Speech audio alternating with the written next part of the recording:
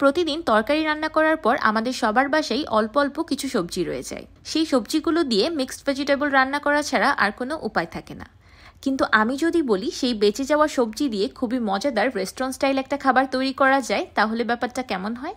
আজকে আমি সবার ঘরে ঘরে থাকা সাধারণ কিছু সবজি দিয়ে এত মজাদার ভেজিটেবল কেক তৈরি করে দেখাবো, যেটা হয়তো আপনারা অনেকেই কখনো খাননি বা দেখেননি। By the way, I am chef Ishika. Welcome to iFood channel.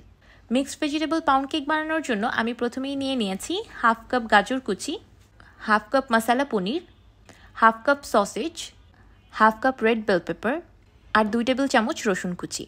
আমি এখানে সবগুলো সবজি ছোট ছোট করে কেটে নিয়েছি। এবার একটি প্যানে দিয়ে দিলাম 2 টেবিল চামচ তেল। তেলটা হালকা গরম হয়ে আসলে দিয়ে দিব কুচি করে রাখা রসুন। এখানে রসুনটাকে অতিরিক্ত ভেজে লাল করার প্রয়োজন নেই, 1 মিনিটের মতো সটে করে নিয়ে দিয়ে দিব একটি বড় সাইজের পেঁয়াজ কুচি। এবার পেঁয়াজটাকে রসুনের সাথে রান্না করে নিব হালকা সফট হয়ে আসা পর্যন্ত। পেঁয়াজটা হালকা নরম হয়ে আসলে দিয়ে দিব কেটে রাখা সসেজ। এবার সসেজগুলোকে 1 মিনিটের মতো রান্না করে নিব। আপনারা ইচ্ছে করলে এখানে সসেজের পরিবর্তে মুরগির বুকের মাংস ছোট ছোট করে কেটেও ব্যবহার করতে পারবেন। সসেজগুলো হালকা ভাজা ভাজা হয়ে গিয়েছে, এবার দিয়ে দিচ্ছি কেটে রাখা গাজর। এবার গাজরটাকেও 1 মিনিটের মতো রান্না করে নিব। আপনারা এখানে আপনাদের পছন্দ অনুযায়ী যে কোনো সবজি ব্যবহার করতে পারবেন, কিন্তু চেষ্টা করবেন একটু শক্ত ধরনের সবজিগুলো ব্যবহার করার, যেমন আলু, পেঁপে, টমেটো, বরবটি, বাঁধাকপি এই ধরনের সবজিগুলো ব্যবহার করবেন। এবার দিয়ে দিলাম রেড বেল পেপার। মূলত শক্ত সবজিগুলোকে আগে অ্যাড করতে হবে আর নরম সবজিগুলোকে পরে অ্যাড করতে হবে, তাহলে সবগুলো সবজি পারফেক্টলি কুক হবে আর কোনো সবজি বেশি শক্ত বা বেশি নরম হবে না। একদম লাস্টে দিয়ে দিলাম কেটে রাখা পনির। এটা আমার ঘরে তৈরি তোফু দিয়ে মশলা পনির। এই মশলা পনিরের রেসিপিটা আমি কিছুদিন আগে শেয়ার করেছি, আপনারা আমার ইউটিউব চ্যানেল বা ফেসবুক পেজেই পেয়ে যাবেন। এবার দিয়ে দিলাম হাফ চা চামচ বা স্বাদ মতো লবণ, হাফ চা চামচ মরিচের গুঁড়া, হাফ চা চামচ চিলি ফ্লেক্স আর 1/4 চা চামচ ব্ল্যাক পেপার পাউডার। এবার সব কিছু একসাথে খুব ভালোভাবে মিশিয়ে নিব। সবজিগুলোকে অতিরিক্ত রান্না করে নরম করে ফেলা যাবে না, এতটুকু পরিমাণ রান্না করতে হবে যেন সবজিগুলোতে একটা ক্রাঞ্চিনেস বজায় থাকে। তাই চুলার ফ্লেমটাকে একদম হাই রেখেই পুরো রান্নাটা করতে হবে। সবজিগুলো খুব ভালোভাবে রান্না হয়ে গিয়েছে, এবার চুলা থেকে নামিয়ে নিব। এবার একটি বাটিতে দিয়ে দিচ্ছি 4টি ডিম। যেহেতু কেক বানাচ্ছি ডিম তো লাগবেই, কিন্তু মজার বিষয় হলো আপনারা এখানে ফ্রিজে থাকা ডিমও ব্যবহার করতে পারবেন, ঠান্ডা ডিম ব্যবহার করলেও কোনো অসুবিধা নেই। এবার ডিমে দিয়ে দিলাম half cup grated mozzarella cheese. এবার চিজ আর ডিম একসাথে খুব ভালোভাবে মিশিয়ে নিব। আপনারা ইচ্ছে করলে এখানে চিজটাকে স্কিপও করতে পারেন, কিন্তু চিজ দিলে খুব ভালো একটা ফ্লেভার আসবে। এবার দিয়ে দিলাম 100 ml বা হাফ কাপ গরুর ফুল ক্রিম লিকুইড দুধ। আপনারা এখানে গরুর ফুল ক্রিম লিকুইড দুধের পরিবর্তে পাউডার মিল্ক পানিতে গুলিয়েও ব্যবহার করতে পারবেন, কোনো অসুবিধা নেই। এবার দুধটাকেও ডিমের সাথে খুব ভালোভাবে মিশিয়ে নিব। এবার দিয়ে দিচ্ছি 130 গ্রাম ময়দা আর 1 চা চামচ লবণ। এবার ময়দা আর লবণটাকেও খুব ভালোভাবে মিশিয়ে নিব। ততক্ষণ পর্যন্ত মিশাতে থাকবো যতক্ষণ পর্যন্ত ময়দাটা খুব ভালোভাবে ব্যাটারের সাথে মিশে না যায়।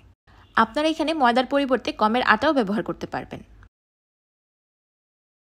এবার দিয়ে দিচ্ছি আগে থেকে রান্না করে রাখা সবজি। সবজিটা এই পর্যায়ে এখনও গরমই আছে, আপনারা এখানে গরম সবজিটাই অ্যাড করতে পারবেন, কোনো অসুবিধা নেই। রান্না করে রাখা সবজিটা যদি বেশি ঠান্ডা করে নেন তাহলে সবজির কালারটা নষ্ট হয়ে যাবে। এবার সবজিগুলো কেকের ব্যাটারের সাথে খুব ভালোভাবে মিশিয়ে নিব। এই মিক্সড ভেজিটেবল কেকটি তৈরি করতে কোনো রকম বেকিং পাউডার বা বেকিং সোডার প্রয়োজন হয় না। হাতের কাছে থাকা কয়েকটি উপকরণ দিয়েই খুব সহজেই তৈরি করা যায়। একদম লাস্টে দিয়ে দিলাম কিছু পেঁয়াজ পাতা কুচি। আপনারা এখানে পেঁয়াজ পাতার কুচির পরিবর্তে ধনিয়া পাতা কুচিও ব্যবহার করতে পারবেন, কিন্তু ধনিয়া পাতা কুচি ব্যবহার করলে একটু পরিমাণে কম ব্যবহার করবেন, না হলে একটা স্ট্রং ফ্লেভার চলে আসবে।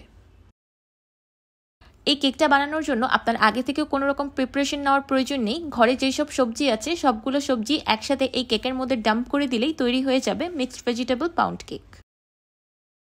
আমি একটি পাউন্ড কেকের মোল্ড বেকিং পেপার দিয়ে রেডি করে রেখেছি। এবার বেকিং পেপারের উপর আর মোল্ডের সাইডে অয়েল ব্রাশ করে দিব। আমি আজকে ভেজিটেবল কেকটা পাউন্ড কেকের শেপে তৈরি করব, আপনারা আপনাদের পছন্দ অনুযায়ী অন্য শেপেও তৈরি করতে পারেন, যেমন রাউন্ড বা স্কোয়ার। এবার গ্রিস করা মোল্ডে দিয়ে দিচ্ছি কেকের ব্যাটার। আর আপনাদের হাতের কাছে যদি এমন কোনো কেক মোল্ড অ্যাভেলেবেল না থাকে তাহলে আপনারা এখানে যে কোনো স্টিলের বা কাচের বাটিও ব্যবহার করতে পারবেন। এবার প্রিহিটেড ওভেনে 200 ডিগ্রি সেলসিয়াসে কেকটাকে বেক করে নিব 50 মিনিটের মতো। 50 মিনিট পর আমার কেকটা পারফেক্টলি বেকড। দেখতেই পাচ্ছেন আমার ভেজিটেবল কেকটা পাউন্ড কেকের মতো কত সুন্দরভাবে ফুলে উঠেছে। এই পর্যায়ে এটার ভিতরে হাওয়া ঢুকেছে, তাই এমন ফুলে আছে। এটা বেশিক্ষণ ফুলে থাকবে না, নামানোর কিছুক্ষণ পরেই চুপসে যাবে, কিন্তু এতে ভয় পাওয়ার কোনো কারণ নেই। 15 মিনিট পর ফিরে এলাম। এবার আমি কেকটাকে ডিমোল্ড করে নিচ্ছি। তো তৈরি হয়ে গেল আমার মিক্সড ভেজিটেবল কেক। আপনারা ইচ্ছে করলে এই কেকটাকে চুলাতেও বেক করে নিতে পারবেন, একদম পারফেক্ট হবে, গ্যারেন্টিড। এর আগে আমি একটি জার্মানির জনপ্রিয় খকি মেনসিউ কেকের রেসিপি শেয়ার করেছিলাম। সেই কেকটা অনেকেই চুলায় তৈরি করে আমার সাথে ফেসবুকে পিকচার শেয়ার করেছিলেন। আপনারাও ইচ্ছে করলে আমার ফেসবুক গ্রুপে জয়েন হতে পারেন আর আমার রান্নাগুলো তৈরি করলে আমার সাথে পিকচার শেয়ার করতে পারেন। আমার ফেসবুক গ্রুপের লিঙ্ক আপনারা ডিসক্রিপশন বক্সে পেয়ে যাবেন। আশা করছি অবশ্যই চেক করে নেবেন আর আমার গ্রুপে জয়েন হবেন। এবার আমি আপনাদেরকে কেকটা কেটে দেখাচ্ছি যে ভিতর থেকে কেমন হয়েছে। দেখতেই পাচ্ছেন কেকটা মাশাআল্লাহ কতটা বেশি সুন্দর হয়েছে আর কত স্মুথলি কেটে যাচ্ছে। দেখলেন তো, হাতের কাছে থাকা এত অল্প উপকরণ দিয়ে ঝামেলাবিহীনভাবে তৈরি করে নিলাম রেস্টুরেন্টের মতো দেখতে এত আকর্ষণীয় একটা খাবার। একদম মেল্ট ইন মাউথ একটা কেক হয়েছে, মুখে দেওয়ার সাথে সাথেই একদম মিলিয়ে যাচ্ছে, আর সেই সাথে ভেজিটেবলের ক্রাঞ্চিনেস তো আছেই। কেকটা এতটা বেশি মজাদার হয়েছে যেটা মুখে বলে বোঝানোর মতো না, আপনাদের বানিয়ে খেয়ে তারপর বুঝতে হবে।